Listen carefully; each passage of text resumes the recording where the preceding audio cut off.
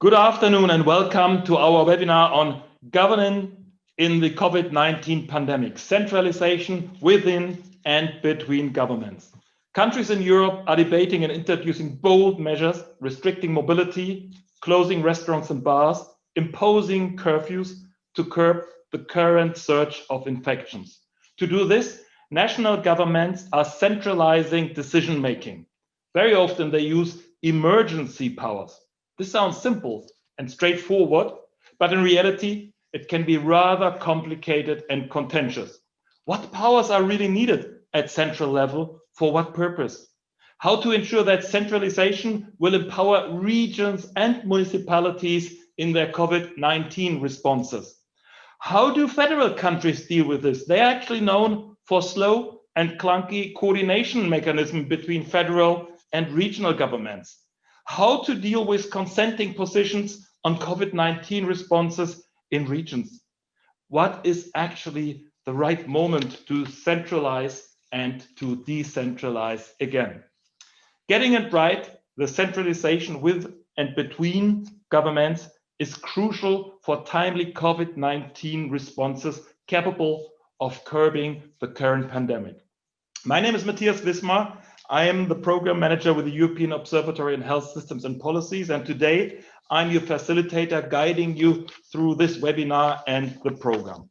Our keynote speaker today will provide us with an overview on the topic. Scott Greer is professor from Michigan University, and I'm sure many of you know him. He is a very prolific writer on governance, European integration, and also COVID-19 responses. Scott will provide us with a rather cautious and differentiated account on centralization and decentralization and an important appraisal of federalism.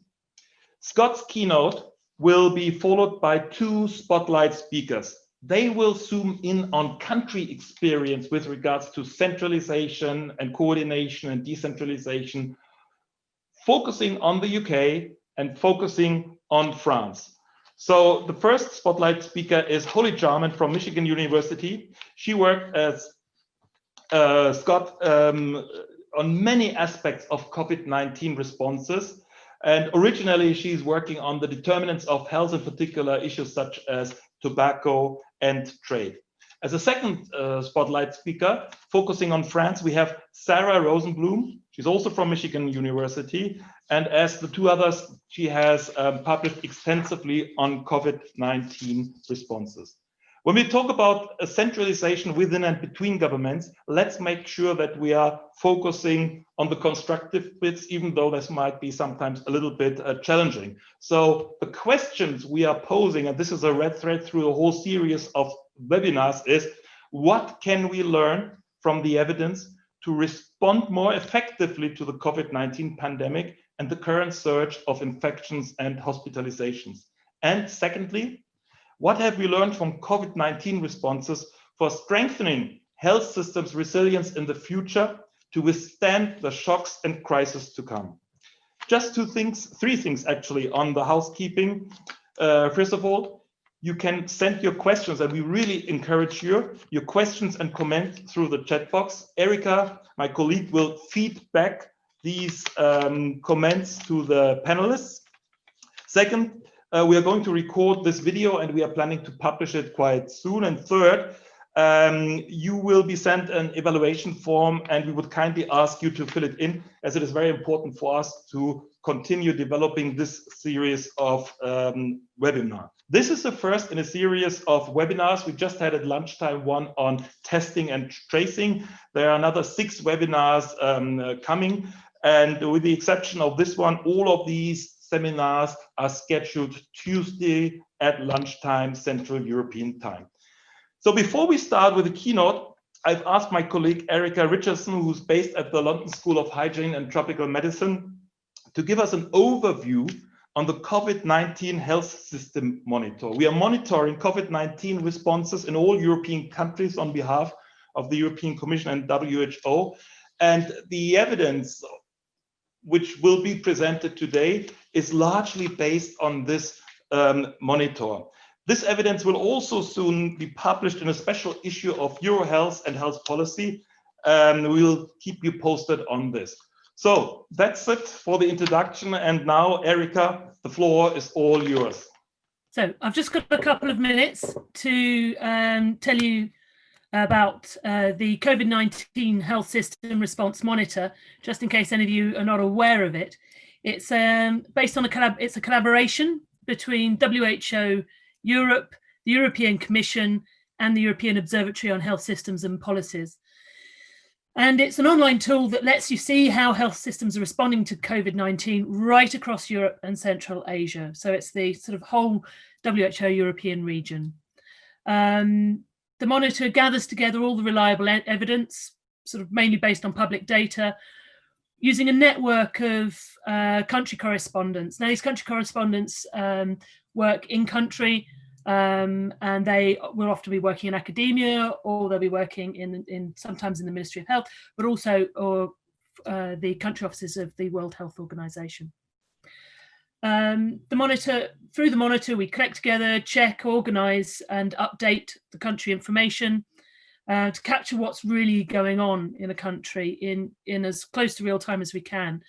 What's going on in those countries as they tackle the COVID-19 pandemic. Because of the way it's designed, you can do comparisons across countries, across a range of topics, and you can go in there yourself and actually choose which countries you want to compare and what particular things you're interested in. It also helps to guide users to reliable international COVID-19 data by offering all the links in one place to the key websites that track the numbers, but also to articles on wider public health initiatives and good practice. And then the sort of fourth aspect of this is that we take this information and we use it to support analysis of key themes across countries.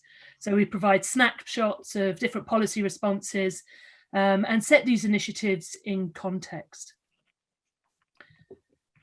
So this cross-country analysis is very much feeds into this series of webinars, but also feeds into the products that Matthias was talking about. So the special edition of EuroHealth and the special issue of the academic journal Health Policy. The aim is for the cross-cutting analysis to respond to questions from countries themselves, but also from WHO and the European Commission. But us editors who are working on the HSRM also spot emerging issues and pick up on patterns and trends, which we can then highlight through this cross-cutting analysis. We also like to share examples, and particularly examples of good practices, to inform policymaking in this area. So thank you very much for your time. Please do, after the webinar, check it out. It's covid19healthsystem.org. Don't miss it. Thank you so much, Erika. I think it's very important to know that there's a wealth of information actually on all these countries and quite timely reported, and that much of the evidence presented in this webinar series is based on this COVID-19 Health System Response Monitor. So thank you so much. And this is now the moment to give the floor to our keynote speaker, Scott Greer. Scott, the floor is all yours. I'm very flattered to be here, and I'm glad to see how many participants we have. I'm going to share my screen, and we'll be using one slide deck for the entire set of presentations. And as Matthias said, what we're going to do is, start with a little discussion of the broad issues that we're seeing in the course of the pandemic from me. And then we're going to go directly to a pair of example countries, both of them theoretically well prepared, both of which have had significant problems in actually responding to the pandemic, which are the United Kingdom and France. But first, a little bit of framework of the things that we discovered during the pandemic. Now, in the first wave, one of the most salient things that we saw in the pandemic was an extraordinary degree of centralization in most countries. So this meant two things. Centralization always means two things. One is centralization within government. Much of the time, we all know Governments are relatively functionally decentralized. There's agencies that do what they want to do. There's ministers who have strong departmental fiefdoms. All of the conversations we have about intersectoral governance and health in all policies amount to a recognition of the difficulty of coordinating between departments, of coordinating between ministries, of coordinating between the finance minister and the health minister or the prime minister. In the hectic environment of March and April 2020, a lot of that was wiped away. In country after country, we saw formal emergency legislation that changed relationships of power. And we also saw informal decisions, such as we'll explore in the UK and French cases, in which the head of state basically took an enormous amount of power away from ministers directly into his or her office or into some kind of a constituted task force. This is a case of something that you see a lot, which is that most government is specialist government, right? A health ministry is health specialists, and they'll usually argue for health priorities. The transportation ministry is transportation specialists, and they'll argue for transportation priorities. Generalist government's job is to prioritize between them and make them work together when it's really important. So within government, generalist government at the beginning of this year took over most countries. There's very few exceptions.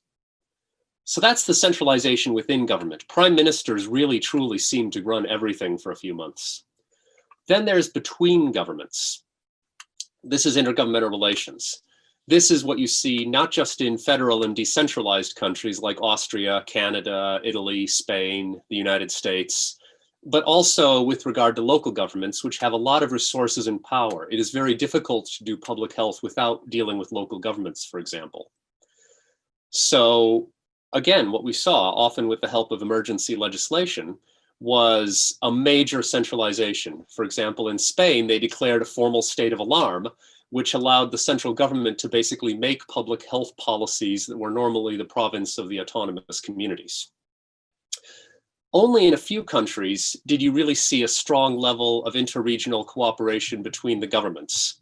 That was usually, amusingly, in the federations that are best known for slowness and sluggishness and endless committee meetings: Germany, Canada, Austria. Well, it turns out that those mechanisms actually work really well to smooth intergovernmental relations and coordination when the governments involved are actually interested in working together.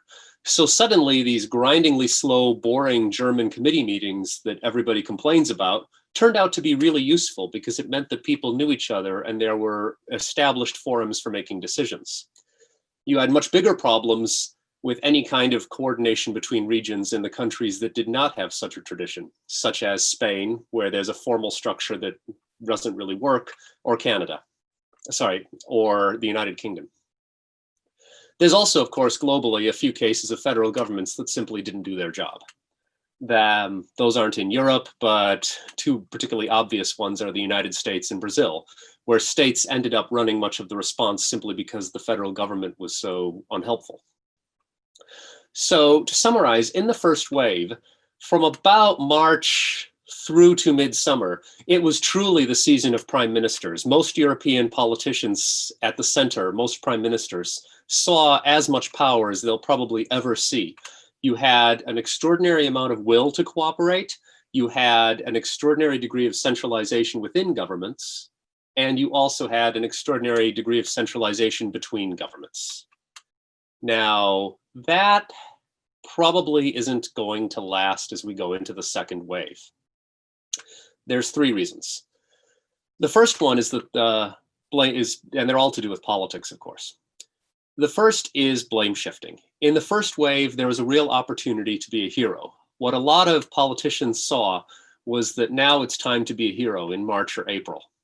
They were looking at probably the biggest crisis they'll ever face, and they had an opportunity to do something with lockdowns and establishing test and trace and prioritizing within healthcare systems.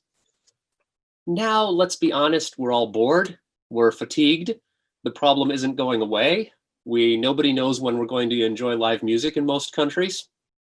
And a lot of the time, the policies don't seem to be working as well. The lockdowns, the non-pharmaceutical interventions are losing a lot of public support and trust and compliance in many countries. So when you have something that is an opportunity to attract blame, you naturally want to give it to a different government.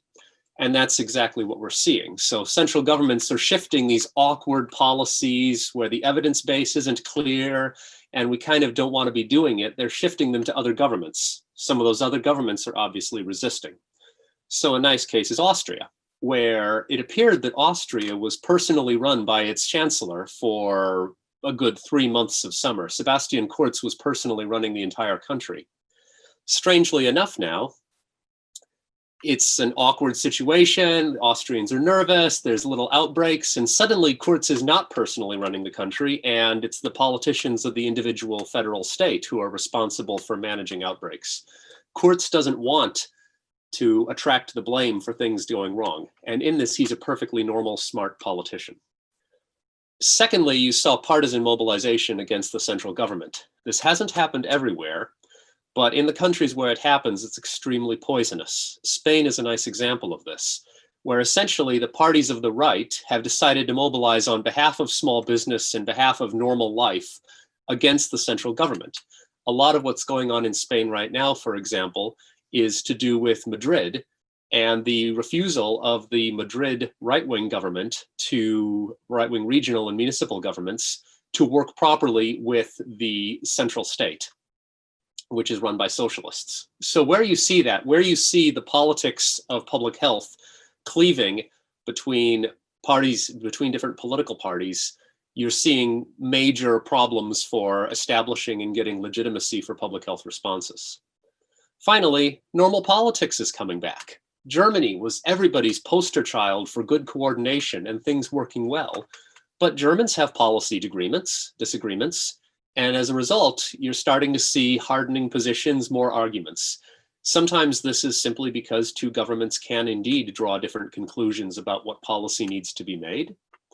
And sometimes this is because governments have structural interests, for example, in greater autonomy or in particular economic priorities.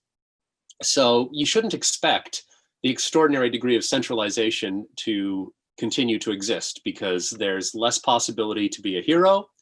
There's the return of party politics in some cases, and there's also the return of normal politics.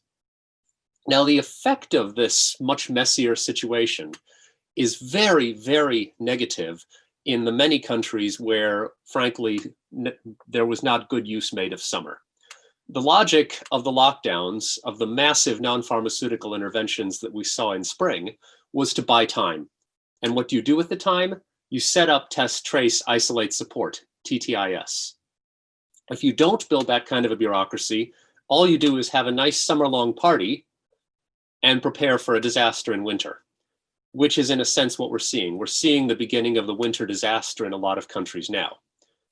So in the decentralized states that are doing well, they put a lot of resources into building a coherent and coordinated system for test, trace, isolate, and support. Again, Germany, for example. Then there's the countries that didn't do it. And Spain, again, we have to explain why Spain is doing so badly. And part of it is that the Spanish autonomous communities had to be the ones to build a test, trace, isolate, support system. They were the ones who had the resources. They control the health systems. They have the legal authority. Did they take advantage of the decrease in incidence of the virus? Did they take advantage of the summertime to do that? By and large, no. A few of them did well. Most of them did not build the system. They certainly have not coordinated it. There's incredibly basic data problems. For example, Barcelona and Catalonia do not upload data into the Spanish central app or data set effectively. They just don't talk to each other. So in those cases, Spanish decentralization, and it pains me to say this, has basically failed. The question is, do you then re-centralize in order to respond to the second wave? So given that Spain did not achieve a coordinated, effectively resourced response, are they going to have to go back to a state of alarm? And is that going to be politically possible given the extent to which public health is now a subject of a battle between the left and the right political parties? So the second wave is much more ambiguous politically. There's much less opportunity to be a hero. There's much more normal politics. And also we're dealing with the fact that after the enormous exertions of spring and summer in many countries, a lot of countries turn out to have had a party and not solve the public health problems that they need to.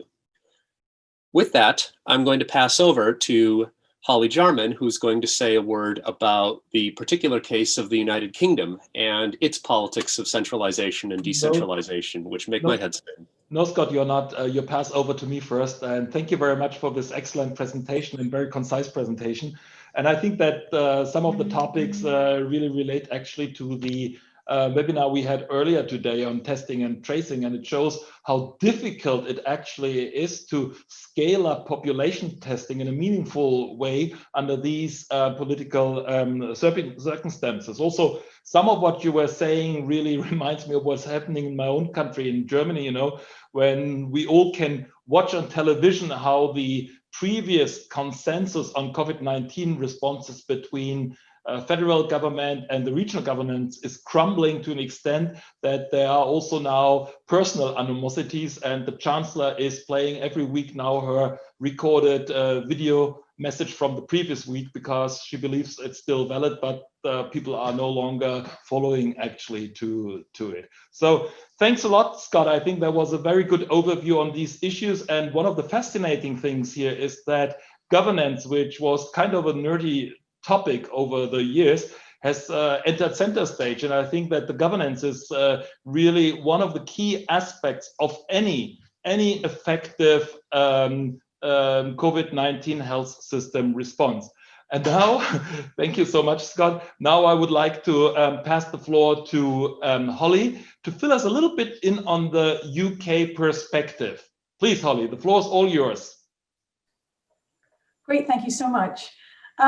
So I think this fits in very nicely as an example, as a case where the things that Scott was talking about have played out, and the UK especially, it's become very clear the extent to which poor intergovernmental relations between the central government and the regions, but also in England between the central government and local authorities, have played into undermining a response to COVID that, if we had predicted this, if we went back to last year and said, well, how would the UK's various public health agencies and resources respond to COVID, we probably would not have predicted this exactly.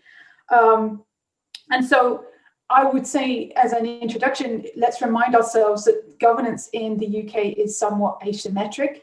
And so 85% of the whole UK population resides in England, but England doesn't have its own regional government. It is ruled by the UK government directly, whereas the other regions have devolved administrations of varying structures in Scotland, Wales, and Northern Ireland. So overall, that constitutional asymmetry, if you like, has played a role in this. A lot of what I'm going to say is going to relate to the test and trace system in England and some of the responses in England, but then we're seeing some very interesting dynamics emerge between the different regions in the UK central government. Across the whole of the UK, however, local government weakness tends to be the rule. And so we do have a history of underfunding our local authorities, and they're not necessarily equipped to really put up a large scale public health response, especially to a pandemic of this kind. And that's been a chronic problem for some time. In England, local government has extensive public health responsibilities, and those responsibilities constitutionally have been in flux.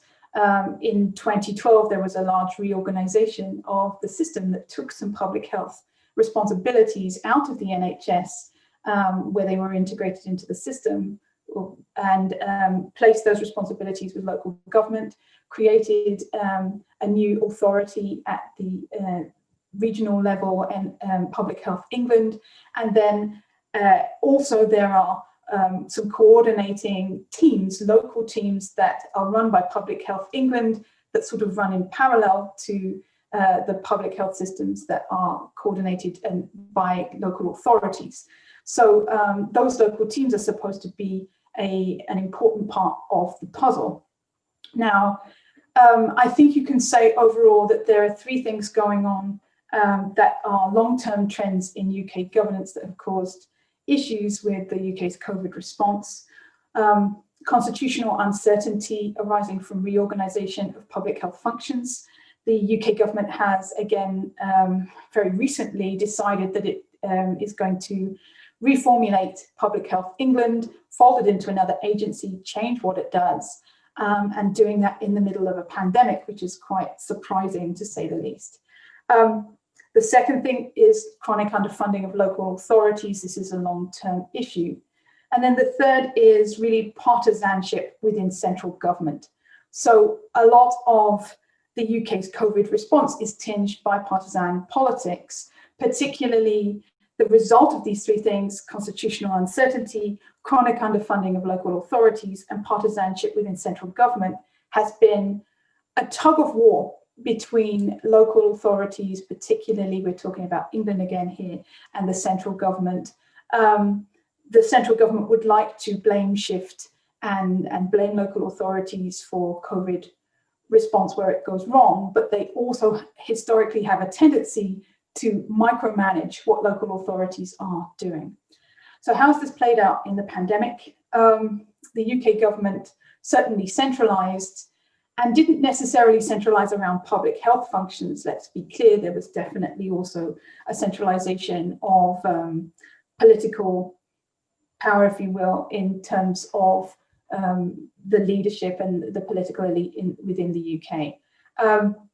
And then secondly, there wasn't a lot of policy coordination, and I'm going to try and talk about each of these things just a little in the short time that I have.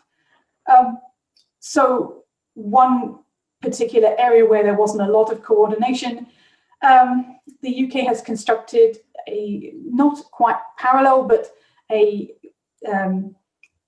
system for testing and tracing that has multiple pillars. It's quite a complex system, and it involves extensive contracting with private providers and then subcontracting from the main provider. And so that is feeding into the contact tracing efforts across the country, as well as testing.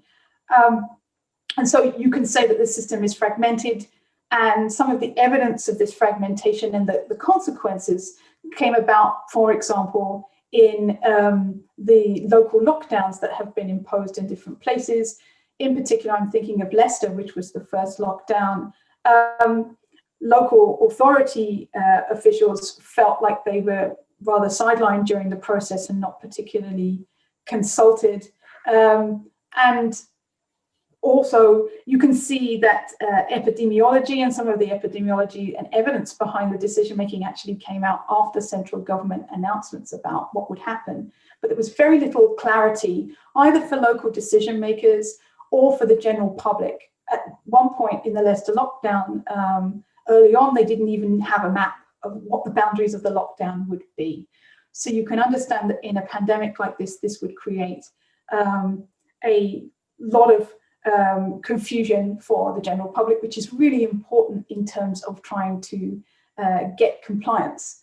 And the longer the pandemic goes on, and we now have a system of 3 tiers of potential lockdown, where there really isn't a lot of clarity over the criteria for the lockdown and the evidence behind those decisions. And so partisanship is playing a role in filling that space, it seems. And this is playing into tensions with local government and mayors, particularly in the north of England, in places like Manchester. Matthias's video has appeared, so I will summarise finally. I also want to say this is going on in the context of both Brexit and the aforementioned reorganisation of Public Health England. Brexit involves rather unprecedented repatriation of public health powers to the regions of the UK. And so the constitutional unsettlement continues and probably will continue for some time.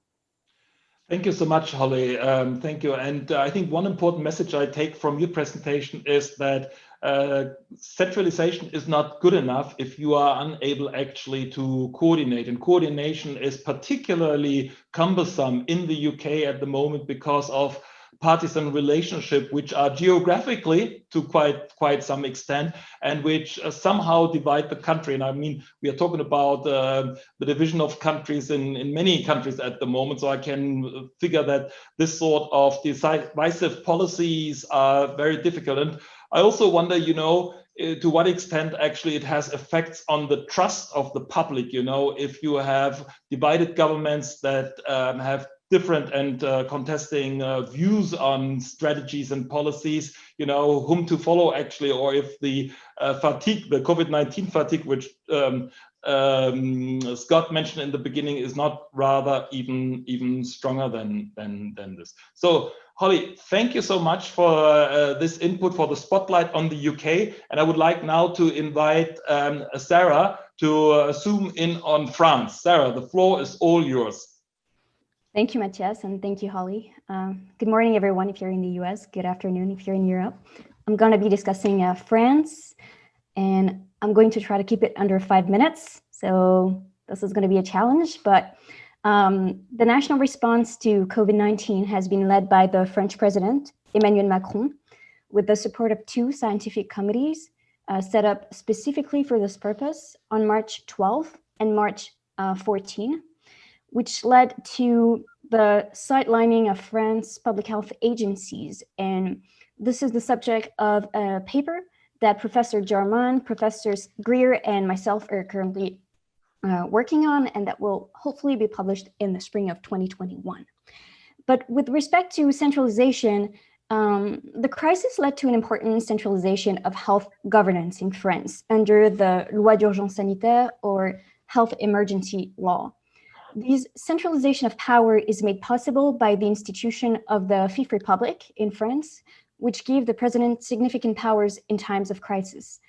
And the pandemic response was very early on led by the Ministry of Health, but then it was shifted to the Prime Minister, which is this kind of centralization within government Dr. Greer mentioned at the beginning of this presentation. So how can we explain such a high level of centralization in France during the first wave of COVID-19? First of all, public health in France is legally conceived as the responsibility of the state to protect the population from health risks. So in the sense, during the COVID-19 crisis, the protection of the population was really framed as a mission that should be done by the state and that should be imposed from above. And President Macron has posed as a military leader during the first wave. He employed martial language. He described the pandemic like a war, and he said that a top-down approach should be used to defeat the virus rather than a bottom-up approach. So the response to the crisis followed a very Jacobin approach, very French in the way, according to which region-based management or territory-based management of population health was practically inconceivable. And that's why the lockdown, for instance, was first imposed on a nationwide scale, even though the virus was not circulating actively in certain areas of France. A second feature of the French state is the importance given to maintaining public order. Public order is a principle defined in French administrative law, a principle to which President Macron has referred to on many occasions during the COVID-19 crisis. And from this perspective, it's really hard for the state to delegate decision-making power and also to explain what's going wrong. And this is something we saw during the first wave. The executive had a hard time acknowledging the shortage of masks, of protective equipment, and of tests, because this would reveal the shortcoming of the French public health framework and would erode trust in the government and ultimately undermine the public health order. So a third feature that is important to keep in mind is the notion of equality and equal rights. The constitutional principle of equality in France means that citizens should be treated equally regarding of their personal circumstances, of their social or ethnic background. And over the spring and summer, this very French approach prevented the state from giving preferential treatment to a certain group of people. We knew that the virus was extremely active in certain areas of France and of the Paris region. some essential workers who were exposed to the virus and who were really falling ill and going to the hospital live in certain areas, and we could have targeted this population and helped them, recover from the virus quickly. But this is not the choice that was made because of this notion that equal treatment should be given to everyone. A fourth problem, and a significant one, was a lack of communication and a lack of cooperation between health agencies and the government. The notion that maybe health agencies, which are quite recent in France, but quite powerful, well, they were not reactive enough. They were not flexible enough. And this kind of prompted the government to create its own task forces and to create a set of new rules, new procedures, new practices that did not exist before, and to ignore pre-existing pandemic plan that could have been used and activated to contain the virus. And the fact that the response was centralized, and the fact that President Macron handpicked his own task force and his own advisors allowed him to act quickly, to activate them whenever he needed to, but it kind of led to this marginalization of France's public health institutions and network of expertise that is quite dense, actually. So this centralization stirred up controversies and did not please everyone, especially in the Provence, right? And a dozen complaints have been lodged by individuals and medical organizations with the French Court of Justice, a special court that hears accusations of government mismanagement. And over the summer and earlier this fall, the government has sought to contain the virus with a different approach, with targeted measures that vary from a department to another. And we saw bar closures, restaurant closures, and curfew in different areas, but not everywhere. So there was a sort of a shift towards a localized approach, but it doesn't mean that there's less centralization, because in the regions, the préfet who acts on behalf of the government are still, actively involved in containing the virus and implementing measures at the regional level, and they act on behalf of the state, right? So what's interesting nowadays is that these localized measures that we saw over the fall were not aggressive enough to contain the spread of the virus. And last Wednesday, President Macron imposed a curfew from 9 p.m. to 6 a.m. in Paris and 8 other metropolitan areas. And President Macron declared a new state of emergency because patients are now rapidly filling hospital beds and the situation is critical. So the French government might reimpose a lockdown either at the national level or in certain regions. And this will be very interesting to observe with respect to centralization. So I'm going to pause here and give the floor back to Matthias. Sarah, thank you so much for this fascinating account of centralization in France. And in a way, it quite contrasts with Germany. I mean, you were describing, how the established public health institutions were partially circumvented, because they allegedly were too slow and too clunky in their responses. The completely different response in Germany, where the Robert Koch Institute is very prominent now, and Germany has recovered actually its public health services, especially the public health offices, which are in all districts and municipalities. So thank you so much for this. I think Scott wanted to come in for a couple of lessons before we move on to or was it you, Sarah, before we move on to the chat?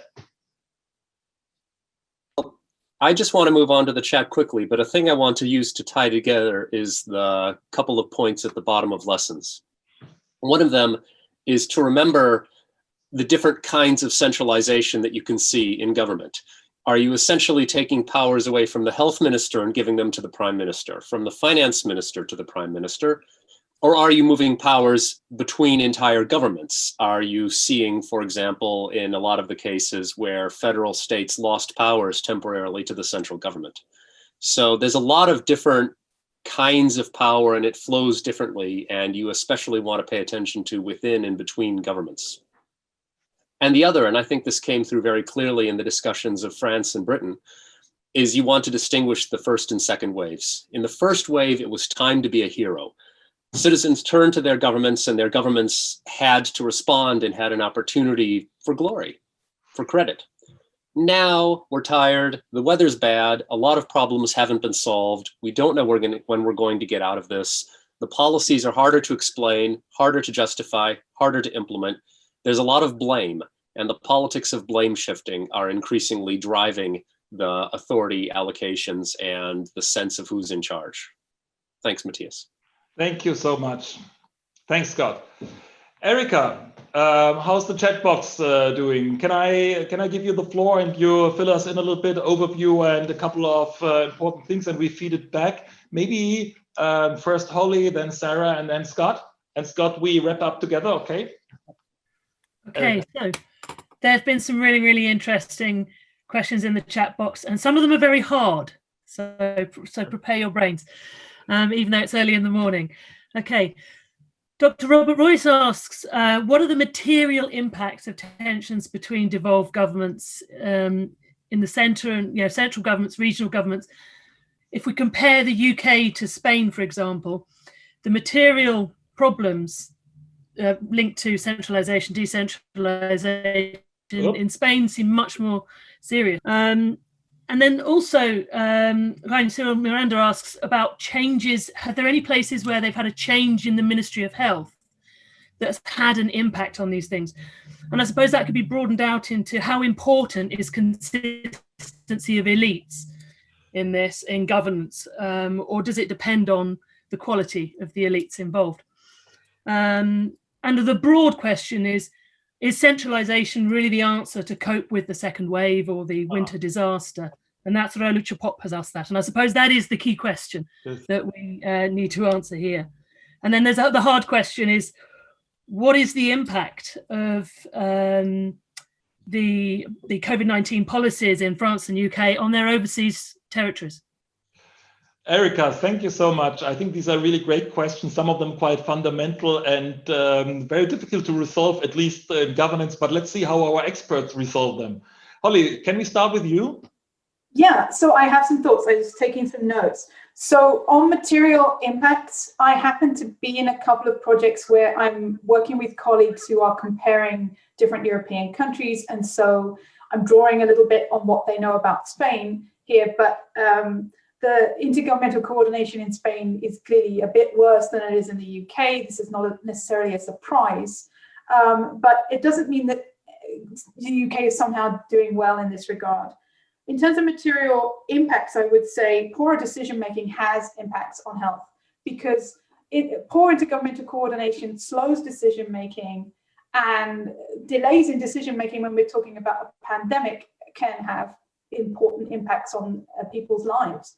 So I would say things like a lack of a data sharing agreement between local authorities and the central government, and local authorities not being able to actually even really know the picture in their own jurisdiction are serious problems that have their material problems, and they have material impacts on public health.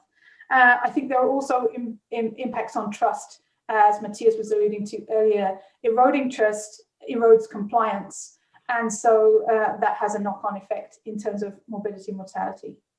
Thanks, Holly. I think that links really to the issue where governance and leadership, governance and trusts are connected. It's not necessarily the same, but it's a very important resource for governance, that you have good leaders and that you have trust, and that you also establish trust in a society by the decisions I'm making. We're probably coming back to you, Holly, again. Sarah, please. Thank you, Matthias, and thank you, Holly. As I was reading through the chat, there's a comment that I thought was really interesting about the use of public health expertise and health intelligence during the crisis. And Matthias, you already contrasted the French case with the German case, but this is something quite fascinating we've observed in the United States, actually, which is not necessarily the subject of our conversation here, but also France, where we had this dense and really dynamic network of public health agencies in France that had been built over the last 20 years that have the tools, the expertise, the knowledge to respond to a crisis of this magnitude, but they were not actually extensively used by the French government. They were actually quite disregarded, and they were confined to a role of surveillance instead of a strategic role where they could have provided strategic advice and shaped the French response to COVID-19. And there's a series of reasons and hypotheses that explain this, and that's something we're currently studying with Dr. Greer and Dr. Jarman. But this is something quite interesting in terms of governance as well, because the quality of expertise, the reliability of the data that are going to be used to design a response matter a lot. And what is astonishing in the French case is that nowadays we've been 8 or 9 months into this pandemic, and we still don't have highly reliable data. We don't have data that go under the department level, and we know the virus is really active in major cities, and we don't really know what happens at the city level. It took months for the government to come up with a system that would allow the government to know what was happening in nursing homes, which were major hotspots and major hotspots for the virus. And this is something that could have been improved over the summer, that was not necessarily, and this should be the subject of more extensive research. So I'm just going to pause here. That's really a great point, and it shows the consequences of doing the centralization in a different way.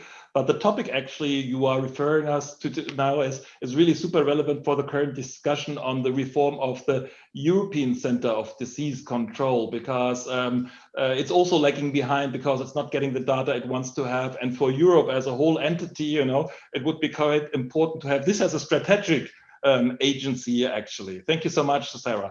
Scott. These were a bunch of very good questions, and on the data question, part of the problem is that centralizing doesn't give you resources. And that's a case of something that we're seeing over and over again in this pandemic, is you can centralize decision-making in Spanish public health, but the autonomous communities have got to build the infrastructure of public health and healthcare.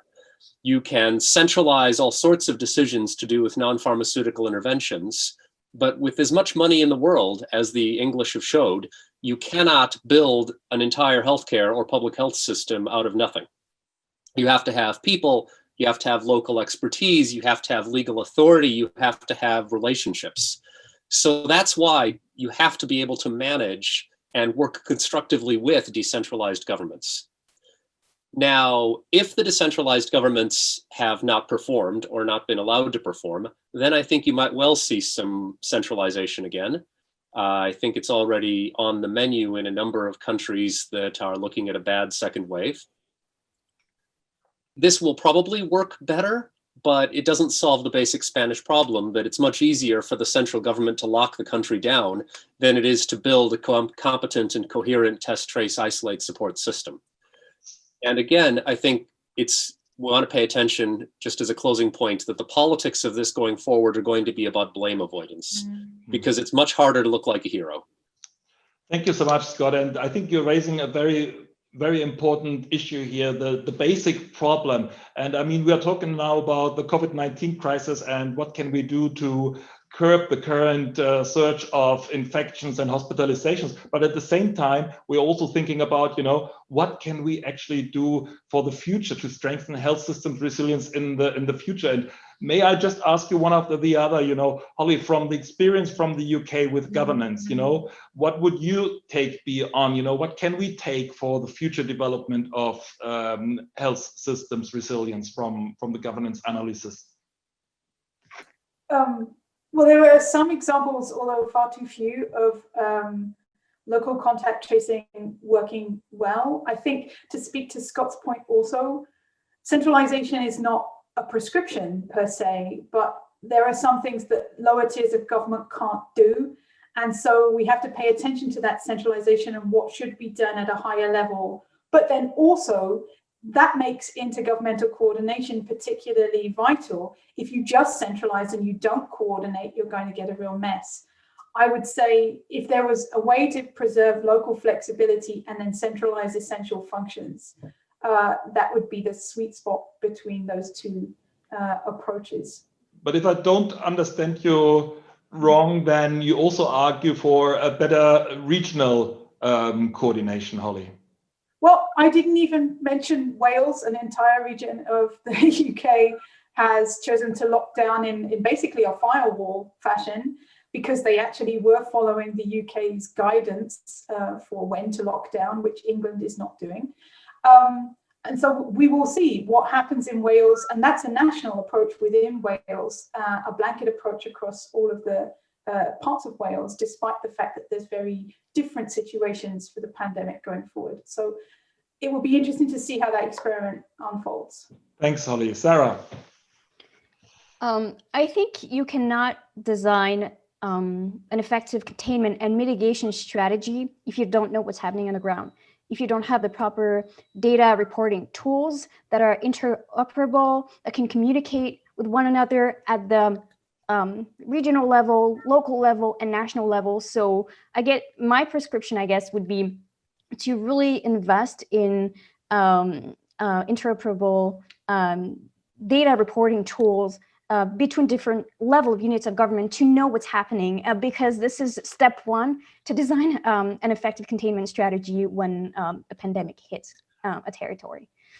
It's probably also step one to have an informed debate between different departments and the central state, that the facts at least are quite clear. Scott? I think I want to use a question somebody asked and give it an answer to end, which is, have we seen a lot of health ministers being fired? And the answer is not really. What we've seen is health ministers being marginalized.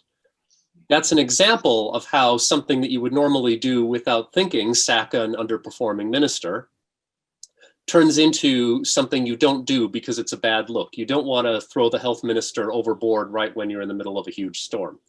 So instead, you see a lot of these workarounds, which aren't necessarily strictly legal, which aren't how it looks on paper, but which allow Emmanuel Macron or Boris Johnson to get the advice that they think they want and to take the actions that they think they want to take. And whether the health minister is asked or whether the health minister makes decisions is something that we're going to learn from the history books, frankly. Scott, thanks a lot. Oh, sorry. Erika, do you have another question from the chat box which we can fire at the panelists?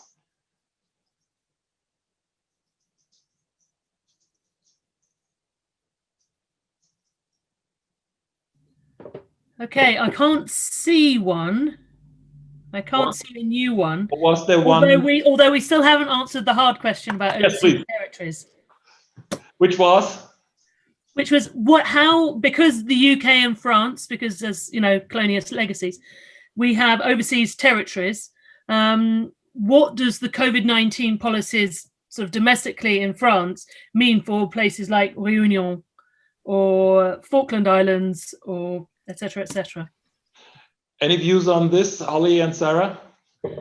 Yeah, so I guess what I would say is we're talking about places that don't have really a problem in terms of the pandemic, but they have a dependency upon the home territories, which is an issue. And so to the extent that economic supply chains and things are disrupted, to the extent that remittances are disrupted, I would say that would have an impact on the people in that place. And that kind of disruption looks likely given the economic outlook for the UK. Thanks, Sarah. So from what I know from France overseas territories is that before the pandemic hit, a lot of them had a shortage of protective equipment, of medical workforce, hospitals that were not necessarily ready to welcome a new wave of patients. And this put them in a difficult position very early on. In Guadeloupe, Martinique, Guyane, or Réunion, the situation was already difficult before the pandemic hit, but they have been treated, sort of equally. The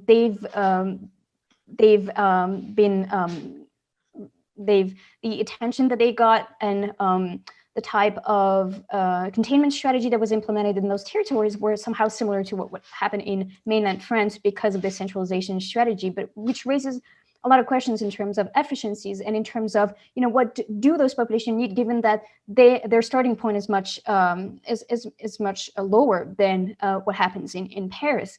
So that's what I would say for this. Thank you so much, Sarah. And Scott, this is now the opportunity to wrap this up and to have a couple of concluding comments. Well, I think, and I'm actually going to answer Andrea Terlizzi's question in doing this, one of the important things is when I said the return of normal politics, that includes some countries have big, strong regions, especially Beveragian ones where they control entire health systems, Italy, Spain. And in those countries, normal politics means you have to work with both a central state and the big regional governments. And we had this strange holiday from history when in the panic, we saw a high level of centralization. But when normal politics comes back, that includes managing all of the tensions between different governments. And you have to do that because those governments all have necessary resources. They have legal resources, they have people, they have laboratories, they have money. And above all, they're legitimate in the eyes of their citizens. Is any given government necessarily good? Are Spaniards better off in one autonomous community than another? Are they better off under Madrid's rule than they are under the rule of their regional capital? We don't know. And it's not necessarily clear that performance is actually what's going to be what decides the future management and governance of the pandemic over the next year. Thank you, Scott. But if I summarize what we've discussed today, so I think due to the partisan divide, to the country divide in some countries, the prospects of effective governance responses are quite bleak, and we will need to continue be worried. But even those countries where things seem to be a little bit more civilized, it's a difficult situation because, as you said, you know, party politics are coming back, fatigue is there, and the conflicts are arising again. But I think what we still can learn from it is that some of the context, you know, as Sarah was referring to, the institutional setup, to the information, you know, really needs to be in place, and also really needs to be used by governments in this situation. So thank you very much for your excellent contributions and for being willing to discuss the issues coming from the chat box. I hope you all enjoyed this, and I would just like to remind you that this series is going to continue, and the next webinar will be Tuesday next week at 12 Central European Time, as all the following weeks. So thank you so much, and bye-bye.